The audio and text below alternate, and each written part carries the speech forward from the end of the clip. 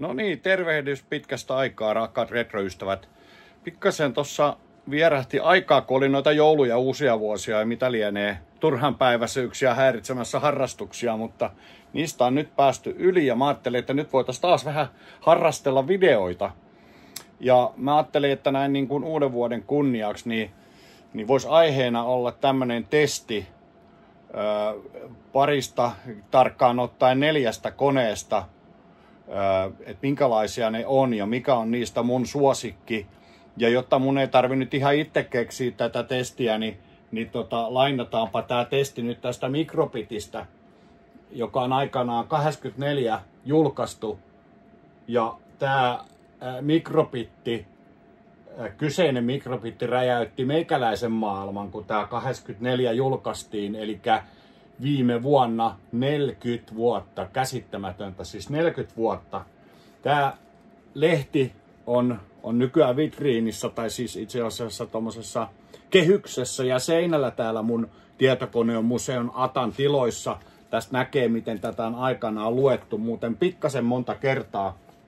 Ja tästä itse asiassa nyt tulikin viime vuonna, niin julkaistiin tuommoinen uusi Microbitti-lehti, joka mukailee tätä kuvaa 40 vuoden kunniaksi. Ja voi että mä ihailin näitä koneita, mitä tässä oli. Ja mulla oli Spectra-video sitten aikanaan, jonka mä sain, mutta tässä kun mä luin, mä mietin, että olispa joku näistä hienoista 4 koneesta, mitä tässä vertaillaan. Ja mä ajattelin, että nyt piruttaen kokeillaan, että miltä ne nyt näyttää näin 40 vuoden jälkeen. Täällä on tää testi tässä tosta se alkaa, eli testaamme alle tonnin tietokoneet, alle 1000 markkaa, siis maksaneet tietokoneet, ja tähän testiin siis pääsi Singlair ZX81. Tää ei ole ihan alkuperäinen sen takia, että mä oon vaihtanut itse asiassa näppiksen tähän moderniin näppikseen, koska se alkuperäinen on oikeastaan kaikista näistä enemmän tai vähän hapertunut, niin mä oon laittanut tähän uuden näppiksen ja itse asiassa Video Out -ulostulon, jonka mä niin näppärästi laitoin tietenkin lisämuistin tielle, että sikäli, mutta 1 kilolla pärjää kyllä, että mitä lisämuistia tarvikaan. Eli tämä oli tässä testissä. Sitten tässä oli Aquarius, joka ei ole ihan niin tunnettu Suomessa, tämä Aquarius-tietokone. Tässäkin on tämmöiset kuminäppäimet, joiden tuntuma on jotain sinne päin. Sitten tässä oli suomalainen tai suomalaisesti brändätty Salora Vellow, missä on samanlaiset kuminäppäimet kuin tuossa Aquariuksessa. Ja tässä on jotenkin semmoista saloramaista luukkia. Tää on tosi siisti kappale by the way, että täällä on vielä jopa tämmöisiä muovia, että raidan alkuperäiset muovitkin on paikalle, että aika iskemätön kone, mutta se ei ole tässä se pointti. Sitten 4. kone, kaikkein tuntema, Commanderestien tuntema VIC 20. Mä itse asiassa alasin julistaa tämän voittajaksi nyt oikeastaan tässä, mutta ei mennä nyt niin ennen aikoja julistelemaan, että täytyyhän me nyt testata, miten nämä toimii. Microbitissä oli juttua per laite jonkun verran, ja sitten täällä on tää mulle legendaarinen Microbitin tapa esittää, eli täällä on näitä koneita ja koneen perustiedot, hinnat ja muut, ja itse asiassa näiden Microbittien alkuperäisten mukaisesti meikäläinen keräilikin sitten jossain vaiheessa koneita. Mutta tässä nämä on, ja jos tällainen niin kuin tuntumaa hakee, niin onhan tämä näppis tietenkin yksi iso asia tässä, eli kyllä tämä Vicin näppäimistö on jotain ihan muuta kuin nämä Aquariuksen ja Saloran. Puhumattakaan tietysti sitten tästä ZX81, että tässä niin kuin mä jo sanoin, niin tässä on uusi näppis, joka nyt noudattelee mahdollisimman pitkälle sitä alkuperäistä. Mutta joo, mä ajattelin, että me voitaisiin sen verran tässä yhdestä testiä tehdä, että katsotaan, että miten nämä koneet saadaan tulille. Eli tuossa on mun testinäytöt. Ja siellä on taas toi TV-kuvaputki, joka on se haastava asia. Eli kuvaputken kautta mä oikein tietysti pysty tällä ihan hirveästi teille mitään esittelemään, mutta tehdään nyt joka tapauksessa niin, että kokeillaan laittaa tää ZX81 tulille. Otetaan tosta virtaa. Pannaan virtaa kiinni ja sitten siinä itse asiassa tommonen liitäntä ja sitten tässä on toi plussa keskellä. Sen mä muistan. Plus keskelle, eli noin. Sitten me laitetaan virtaa koneeseen ja sitten me laitetaan RF-kaapeli kiinni ja sitten me etsitään itse asiassa, täällä mä oon pohjaan kirjoittanutkin, että tää pitäisi olla noin niin kuin neloskanavaan laitettu. Ja sieltähän se näkyy, mutta ei näy sinne valitettavasti. Pahoittelut siitä. Te ette sitä näe, mutta kyllä täällä niinku ruudussa jotain on ja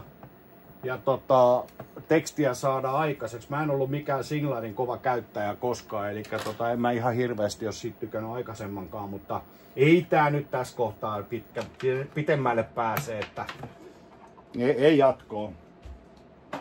Sitten me voitaisiin itse asiassa katsoa seuraavaksi tätä akvaariusta. Saadaanko tähän tulet? Otetaan tosta virtaa akvaariukselle ja laitetaan sieltä samalla tavalla.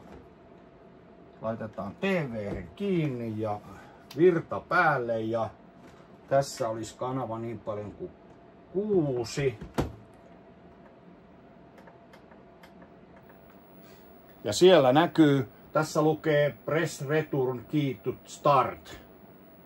No mehän painetaan ja kuvaruutuun tulee Copyright 82 Microsoft ja OK. Ja näppistuntuma on kyllä tämä nyt jonkunlainen on, että kyllä tällä niinku pystyisi ehkä hitaasti jotain kirjoittelemaan. Aquarius oli vähän mun mielestä semmoinen outo lintu, että tässä oli omanlaisensa tapansa hoitaa asioita ja pelit ja ohjelmat tuli tämmöisillä isoilla moduleilla, jotka tähän sitten koneeseen laitettiin kiinni. Eli tuossa on aukko, mikä sitten peittää, siinä on tietysti semmoinen suojakuori, mutta sen peittää sitten itse peli. Ja nyt tässä on Night Stalker peli, joka käynnistyy ja joo, tämmönen aika perusjuttu, niinku ei yllätä. Tän näköisiähän nämä pelit silloin, että nykyään kun pelaa Pleikkari 5 vaikka Stalker 2, niin aina kun käynnistää vanha peli, niin aina miettii, että jep, sellaista se oli silloin. Mutta nyt me laitetaan Aquariuskin tonne sivuun, eli se on nyt testattu, ainakin se toimii. Sitten otetaan seuraavaksi Salora Vellow. Tässä on itse asiassa valmiina monitor ulostulo, eli tää me saadaan, joo se onkin tuolla kiinni. Ja sitten me laitetaan, sen me saadaan siis tuonne monitoriin. Joo, ja tässä on erilainen toi powerikaapelin pää ja tässäkin on plus keskellä, eli se menee noin päin ja se oli siinä 9, on jo 9 volttiin. Joo, näin se on. Sitten laitetaan koneeseen virta ja sielläpä se on Video Technology Basic V2.0 ready. Jaha, tässä ei muuten powerivalo näköjään palaa. Mä jo luulen, että tämä ei toimi, mutta tässä on vaan tuo ledi palannut, että kyllä tämä muuten toimii. Ja itse asiassa tästä kuuluu oikein ääntä, kun painelee. Mielenkiintoinen. Mut joo, samanlainen kuin Aquarius, tää näppäimistö. Se siitä testistä. Sitten katsotaan Vikki. Vikki nyt on niin kuin sanottu niin tutumpi laite ja täällä on kunnon liitännät. Tuossa on videoulostulo. Ja sama kaapeli kuin Commodore 64, niin pannaanpa se kiinni ja tosta laitetaan muuntajan kautta virtaa. Ja sitten kone päälle. Ja nyt me tehdään itse asiassa vielä semmonen temppu, että me otetaan tosta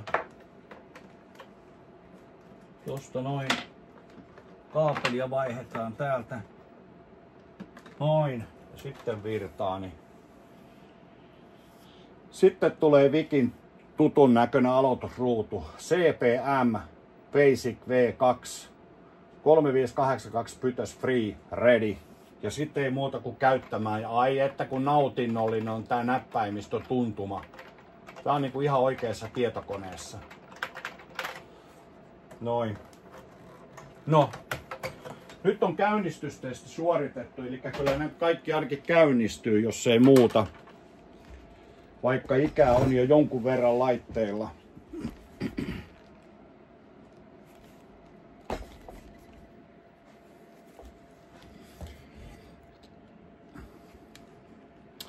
Dodi. Ja ei varmaan yllätys, että itse asiassa tässä Mikrobitti toukokuu 1/84 lehdessä, joka muuten maksoi 9,90 markkaa, niin täällä julistetaan Vikki voittajaksi. Vik on vertailumme koneista toiseksi vanhin, mutta teknisesti täyttä tavaraa. Koska sen ohjelmistotarjonta sekä valmiina maahantuodut ohjelmina että kavereiden tekemät on markkinoiden paras, siis määrä, niin sitä suositellaan ostokseksi. Sori Vikki, tai ei mitään sori Vikki, vaan sori Singlar, Salora ja Aquarius. Myös mun mielestä VIC 20 on edelleen näistä koneista se paras. Elikkä 40 vuoden aikana mikään ei muuttunut. Vikki voitti testin. Teknistä testiä tässä ei ihan hirveästi suoritettu, kun ei mitään teknistä testaamista, että kaikkihan nämä nyt on kohtuu alkeellisia. Että ehkä tässä niinku meikäläiseen osui tää ulkonäkö, koko, näppäimistö, tuntuma ja muu tämmönen niin kuin ei niin tekninen tekijä. Mutta onnea Vikille edelleen 40 vuotta ja ykköspaikka. Mut joo, hei, me tehdään ensi kerralla jotain muuta, että nyt mä kasaan nämä koneet takaisin sinne, mistä mä oon nää hakenutkin. Palataan, moi!